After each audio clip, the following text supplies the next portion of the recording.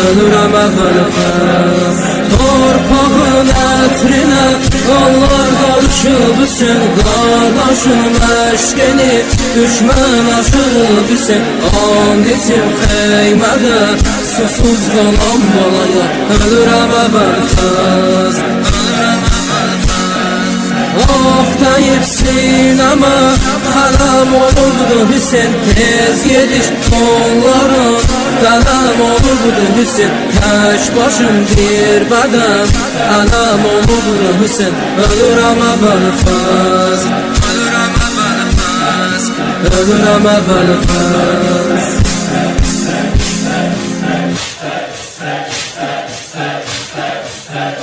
Qara pərçəmi çox ucaldır, ya Ələmqar,